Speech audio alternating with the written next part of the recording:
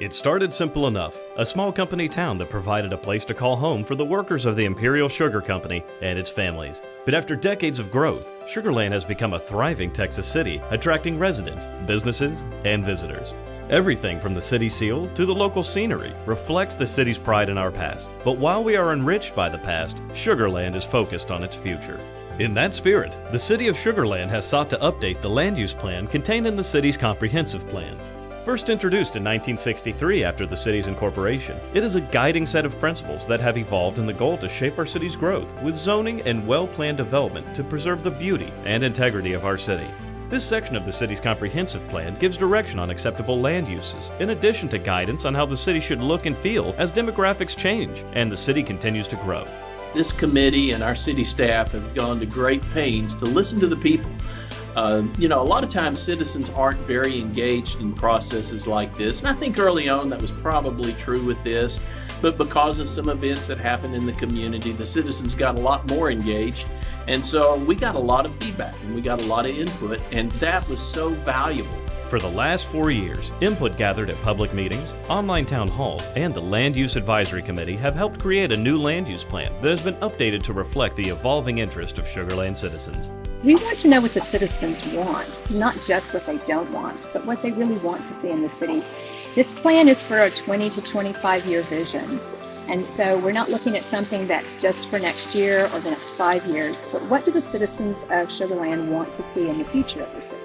A major objective of the updated land use plan is preserving the integrity and value of single-family residential neighborhoods and increasing coordination with school districts as the city continues to grow. And by building a city rich with amenities, Sugar Land can help ensure that the city's many single-family neighborhoods retain their value through the years.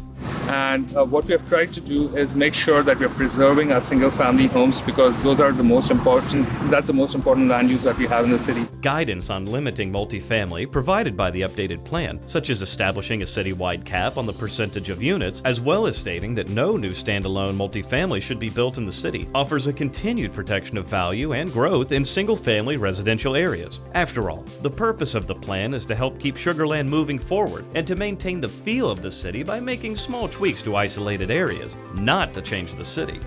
As Sugar Land grows from the small Texas town that it once was, new amenities are needed to help support the people that live and work here, maintain property values, and attract people to visit.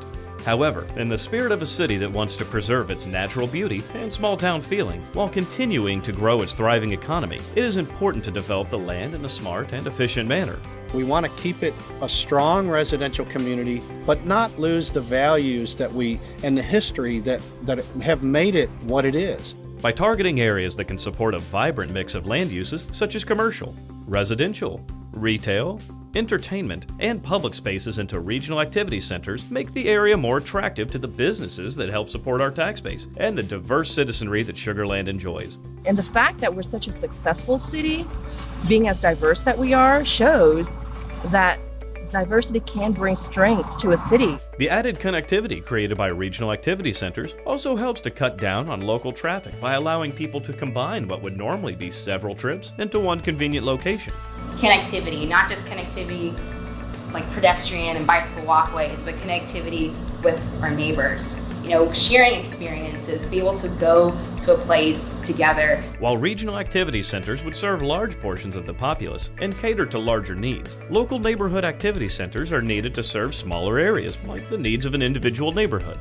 With consideration to the impact on adjacent single-family neighborhoods, the existing space that might currently be in a position to lose value over time could be incentivized to redevelop into more useful and attractive amenities for the surrounding area, helping to stabilize long-term fiscal health, and new developments could be created with the goals of the land use plan and community in mind. Making sure that the city is a desirable place to be for the next 20 years is something that I have a vested interest in. These points are certainly not all-inclusive to the 10 main goals outlined in the updated land use plan, but are common themes that have come directly from people like you sharing their thoughts. To see the draft land use plan policies and to learn the facts, please visit www.sugarlandtx.gov/land use plan to see how the updated land use plan is preserving our hometown while building our future.